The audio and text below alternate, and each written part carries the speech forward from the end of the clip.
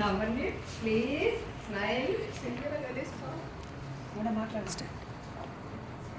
ఇక్కడ ఇచ్చేసినటువంటి ఉపాధ్యాయులందరికీను నమస్కారం. అలాగే ఈ రిటైర్ అవుతున్నటువంటి మే 31న రిటైర్ అవుతున్నటువంటి మా ఉమారాణి మేడం గారు కూడా నమస్కారం. అయితే ఈరోజు మనం ఈ సమావేశాన్ని ఏర్పాటు చేయడానికి ప్రధాన కారణం ఏంటంటే ఉమారాణి మేడం గారు VE madam vocational education madam గారు రిటైర్ అవుతున్నారు.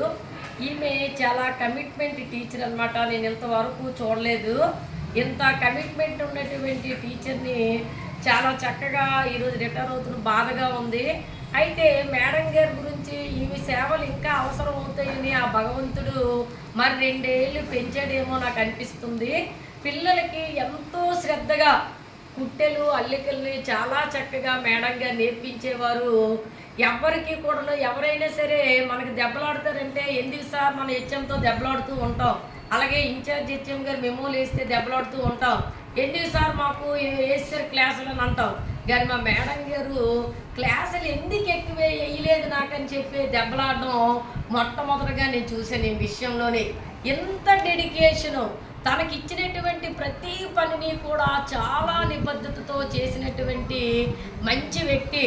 ఎలాగైతే మన గంగాధర్ మేషరు, తర్వాత అప్పలనాయుడు గారు, తర్వాత మొన్నే ఆర్జేడీ ప్రమోషన్ వెళ్ళేటువంటి మన పేపర్లో చూసాం బి లింగేశ్వర రెడ్డి సార్ గారు. నేను ఈ ముగ్గురిని కూడా ఎంతో నిబద్ధత ఉన్నటువంటి వ్యక్తులుగా చూశాను. అలాగే టీచర్లో మా మేడం గారు ఉమారాణి మేడం గారు కూడాను చాలా నిబద్ధత ఉన్నటువంటి వ్యక్తి అనమాట. టీచర్లు అంటే ఎలా ఉండాలంటే తనకి ఇచ్చినటువంటి ప్రతి పనిని కూడా చాలా చక్కగా పనిచేస్తారు మేడం గారు. అలాగే ఏది అప్పచెప్పినా సరే ఆ టైంలో తను యూజ్ చేసుకుని గవర్నమెంట్ ఉద్యోగం అంటే మనకి ఏంటంటే చెప్పినా చెప్పకపోయినా ఉద్యోగం. కానీ 2014 నుండి ఉద్యోగంలోని మార్పులు అనేవి వచ్చాయి. ప్రతి టీచర్ కూడాను తనకు కేటాయించినటువంటి సబ్జెక్ట్ని చెప్పాలి. మా మేడం గారు కూడా ఈ చదువుల తల్లి అని చెప్పొచ్చు. ఎంత కమిట్మెంట్తో చెప్పినటువంటి టీచర్ని చూస్తున్నందుకు, ఆమెతో నేను పనిచేస్తున్నందుకు గర్వపడుతున్నాను. ఈ అవకాశాన్ని ఇచ్చినటువంటి మా ఉపాధ్యాయులందరికీ కూడా ధన్యవాదాలు తెలియజేసుకుంటున్నాను. ఎంతటి చూశాను.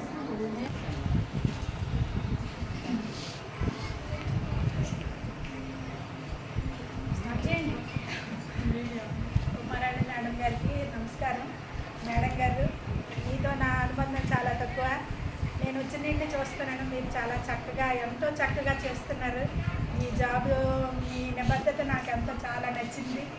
మీరు పిల్లలు పోట్లాడమని చెప్పడం అంటే నాకు చాలా నచ్చిందండి. అలా మీలా చేయడం అంటే చాలా గ్రేట్ అండి. అది ఇంకొకటి చేయలేదేమో అనిపిస్తుందండి. అది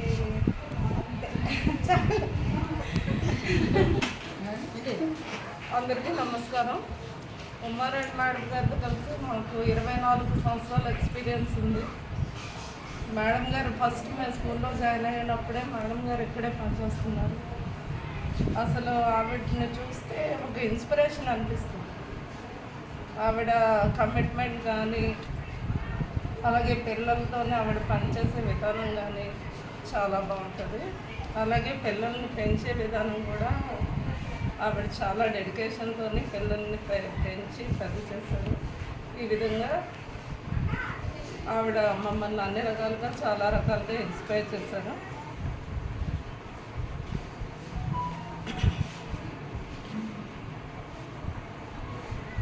ఆవిడ రిటైర్మెంట్ లైఫ్ అంతా సంతోషకరంగా సాగాలని కోరుకుంటున్నాను. అందరికీ గుడ్ ఆఫ్టర్నూన్.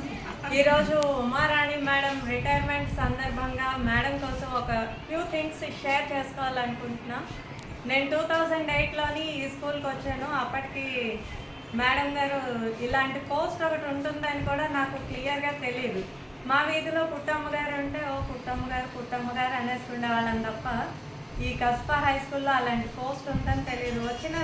వచ్చిన రోజు నుండి మేడంలో నేను అబ్జర్వ్ చేసింది ఏంటి అంటే ఒక బెస్ట్ టీచర్కి ఉండాల్సిన క్వాలిటీ. ఎవ్రీడే తనని తాను మలుచుకుంటూ స్టూడెంట్ వైజ్గా ఆలోచించడం, ఇవన్నీ మేడం దగ్గర నేను అబ్జర్వ్ చేసిన గుడ్ థింగ్స్. ఈ సొసైటల్ ట్రెండ్స్కి కూడా తగినట్లుగా మారటం అనేది అవసరం. యాజ్ ఎ టీచర్కి కూడా అవసరమే అని చెప్పి ఆమె దగ్గర నేను నేర్చుకున్నాను. ఎందుకంటే యూట్యూబ్లోని వీడియోస్ని అప్లోడ్ చేయాలి అన్న, బ్లాగ్స్ క్రియేట్ చేయాలి అన్న టెక్నికాలిటీ చాలా అవసరం. So for that technicality also ఆమె ఆ ఏజ్లో అప్గ్రేడ్ అవ్వడం, వాటిని రికార్డ్స్ చేయడం, ఆ వీడియోస్ తీయడానికి కూడా చాలా అవస్థలు పడేవారు. ఎందుకంటే యాంగిల్ సెట్ అవ్వాలి, లేదంటే పట్టుకునేందుకు ప్రత్యేకంగా ఒక వ్యక్తి ఉండిపోవాలి.